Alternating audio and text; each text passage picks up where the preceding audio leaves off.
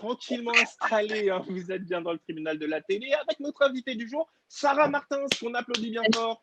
Ah, ma chère Sarah, ma chère. Sarah, je dois vous avouer que je suis agréablement surpris. Je vais être très, très, très honnête avec vous. Je vous pensais un peu moins précise, un peu moins précise dans votre expression. Et comme quoi, vous voyez, là, on vous donne l'occasion de parler. Et là, je pense qu'il y a beaucoup de téléspectateurs qui vous découvrent sous un nouveau jour. Hein. Moi, je vois une femme forte, ça, je m'en doutais au travers des émissions que vous avez fait, mais on sent que vous savez où est-ce que vous voulez aller et qu'il y a une vraie personnalité derrière tout ça. Déjà, je tiens à vous remercier de pouvoir me donner la parole et de pouvoir m'exprimer sur ce concept-là.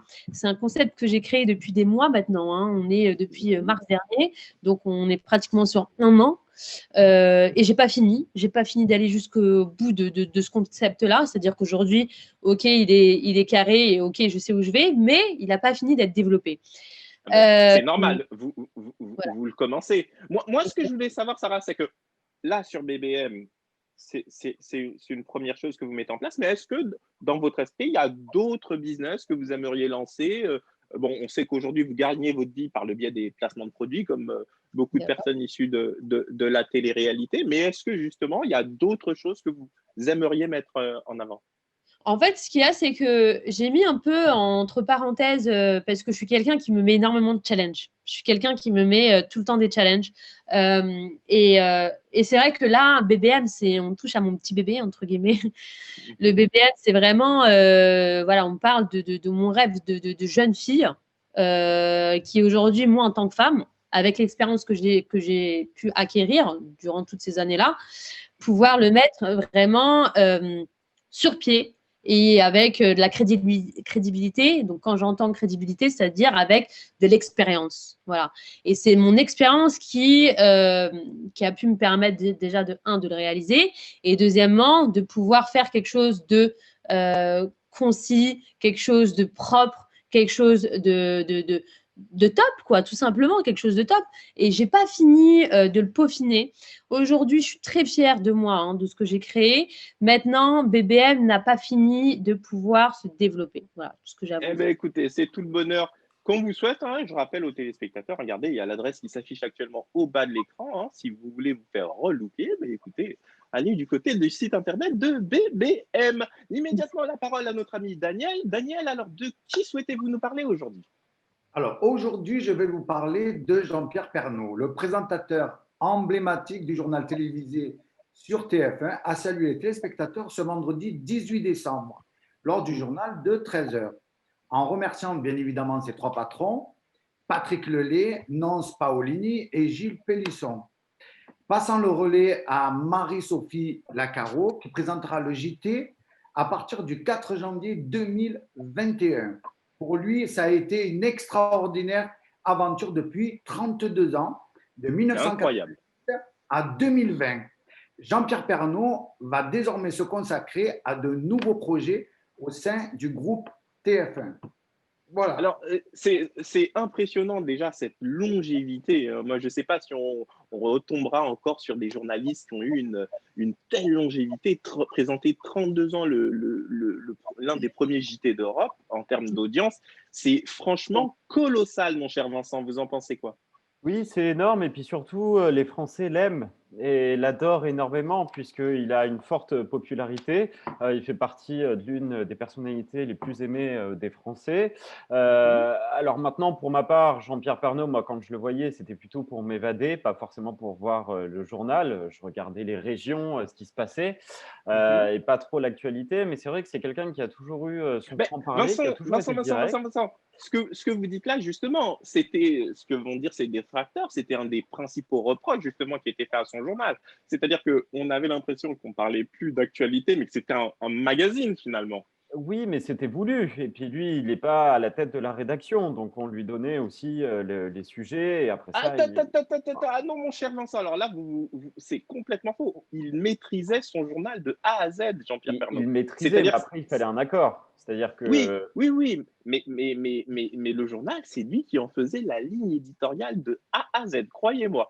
Et en revanche, là où vous avez raison, c'est que comme ça marchait, la direction de TF1 l'a laissé faire pendant 32 ans le journal qu'il voulait. Mais là, effectivement, comme il arrête le journal, tout le monde l'encense. Mais moi, je voudrais revenir, je vais poser la question à Niki.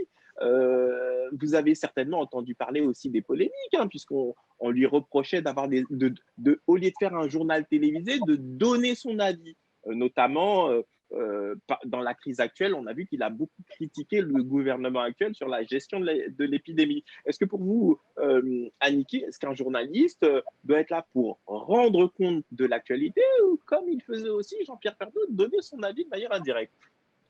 Il peut quand même donner son avis, et c'était même très bien, parce qu'il y a des personnes qui pensent tout bas, ils veulent rien dire, ils ont peur. Enfin, lui, au moins, il a annoncé la couleur.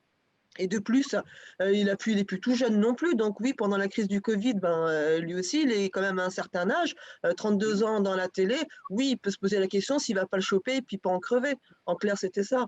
Donc en fait, pour vous, son point de vue, c'est parce qu'il rapproche. Alors c'est vrai que quand vous dites ça, quand vous dites ça, c'est pas totalement faux, je pense, hein, parce que pour les téléspectateurs qui ont suivi ces journaux, ils ont vu que pendant une longue période, il les a présentés depuis chez lui.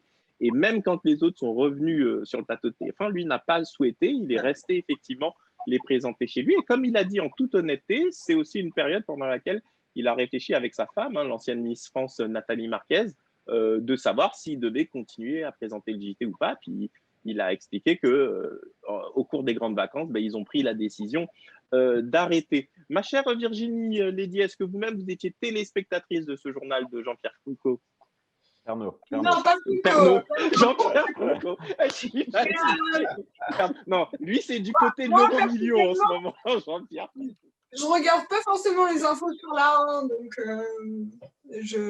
c'est soit BFM, soit le 1945, j'aime bien. Mais, moi, je vais pas faire de langue de bois non plus. Moi, je regardais jamais le JT de Jean-Pierre Pernaut. Voilà, je confonds avec Foucault, je sais pas pourquoi. Parce que j'avoue que moi, quand je regarde un journal, j'ai envie de l'information. Et c'est vrai que son journal, alors je comprends qu'il y ait beaucoup de Français qui l'appréciaient, mais je trouve que son journal, c'était un magazine. C'était plus trop de l'information, on le passait vite fait pour ensuite aller uniquement dans les reportages. Vincent, vous vouliez reprendre la parole et ensuite je vais demander à Sarah si elle a regardé ce journal. Moi, vous savez, c'est totalement bête, mais moi, quand j'étais avec ma grand-mère pendant les vacances scolaires, il y avait les Feux de l'amour en début d'après-midi. Juste avant, c'était Jean-Pierre Pernaut. Voilà, c'est le truc doux qui passe. C'est une histoire, c'est des bons moments.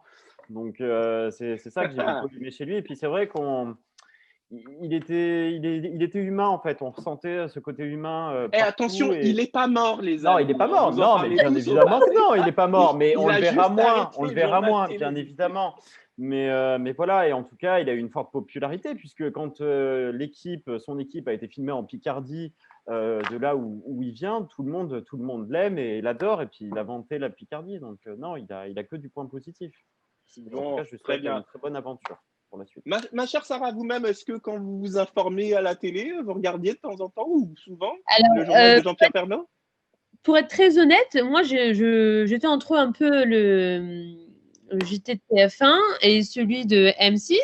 Et moi, ma conclusion à moi, celui de M6, il est peut-être un peu plus rapide, mais il est plus concentré. Et celui de TF1, on va dire qu'il prenait plus le temps. Donc, bien sûr, oui, vous allez retrouver un petit peu, comme vous l'avez dit, un petit peu de magazine, mais peut-être parce qu'ils ont plus le temps. Quand on prend le 1945, c'est vraiment 15-20 minutes d'infos. Là, ça dure à peu près une quarantaine de minutes quand même. Donc, il est plus long, ils prennent peut-être un peu plus le temps sur chaque thématique d'approfondir. Les deux sont différents. À vous de savoir quelle information vous avez envie d'avoir, si vous voulez aller directement à l'essentiel ou si vous voulez quelque chose d'un peu plus poussé. Eh bien, c'est dit. Merci beaucoup de ce point de vue. Immédiatement, un petit jingle et on continue. Vous êtes bien dans le tribunal de la télé.